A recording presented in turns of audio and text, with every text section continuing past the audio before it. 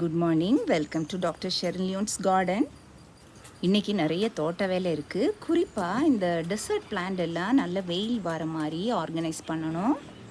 இந்த வாரம் எங்கள் ஊரில் பயங்கர மழையா, அதனால நான் செடிகளை எல்லாம் மாற்றி வச்சுருந்தேன். இன்றைக்கி பார்த்தா நல்ல வெயில் எடுக்கிறதுனால இந்த செடிகள் எல்லாம் நல்ல வெயில் வர இடமா பார்த்து ஹேங் பண்ணணும்.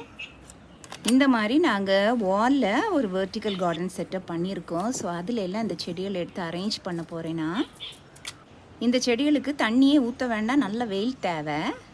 என்னோட ரீசெண்டாக நர்சரியிலேருந்து வாங்கின பிளாக் ரோஸ் செடியில் நிறைய பூக்கள் பூத்துருக்கு. ரோஜா செடிக்கெல்லாம் தைலம் தளிக்கிற நாள். ஆக்சுவலி பயங்கரமாக மழை பெஞ்சிட்ருக்கு, அதனால் தைலம் தளித்தாலும் அது யூஸ்லெஸ்ஸாக தான் போவோம். ஆனாலும் நம்ம கடமையை செய்யணும் இல்லையா? விதை போட்ட ஸ்பினாச் எல்லாம் நல்லா முளைச்சிருக்கு. அடீனியமில் சூப்பரான பியூட்டிஃபுல்லான ஒரு புது வெரைட்டி பூ, அதே மாதிரி ஜெர்பராவில் ஒரு பிங்க் பூ பூத்துருக்கு.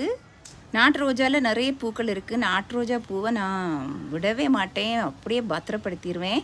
ஆக்சுவலி இதை நல்லா யூஸ் பண்ணிக்கலாம். நாட்டு ரோஜாவில் நிறைய ரெசிபீஸ் இருக்குது. ஆல்ரெடி நான் லாங் வீடியோஸை நம்ம சேனலில் போட்டிருக்கேன், பாருங்கள். இந்த ரோஜா பூக்களை பறித்து அப்படியே ரோஸ் மில்க் செய்யலாம். மிக்சியில் பாலும் பனங்கற்கண்டும் ஏலக்காயும் போட்டு நீங்கள் அடித்து அப்படியே குழந்தைங்களுக்கு கொடுக்கலாம். ரொம்ப டேஸ்ட்டாக இருக்கும் இந்த ட்ரிங்க். அதே மாதிரி இந்த நாட்டு ரோஜா பூக்களை வச்சு டீ செய்யலாம். இதை நீங்கள் ரெகுலராக சாப்பிட்டு வரும்போது உங்கள் ஸ்கின் நல்ல பழபழன்னு நல்ல ஃபேர் ஆயிரும்.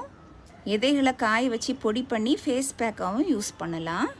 நான் பூக்களையெல்லாம் பறிச்சுட்டு அப்புறம் நல்லா வாஷ் பண்ணி அதை ஒரு கண்டெய்னரில் போட்டு அடைச்சி ஃப்ரிட்ஜில் ஸ்டோர் பண்ணி வச்சுட்டு தேவைக்கு ஏற்றவாறு யூஸ் பண்ணுவேன். பாருங்கள் நான் எவ்வளோ பூ பறித்து வச்சுருக்கிறேன் அப்படின்ட்டு. பூவெல்லாம் பறிச்சாச்சு. இனிமேல் இந்த பூவெல்லாம் வாஷ் பண்ணி நல்லா பத்திரப்படுத்தணும். So happy gardening.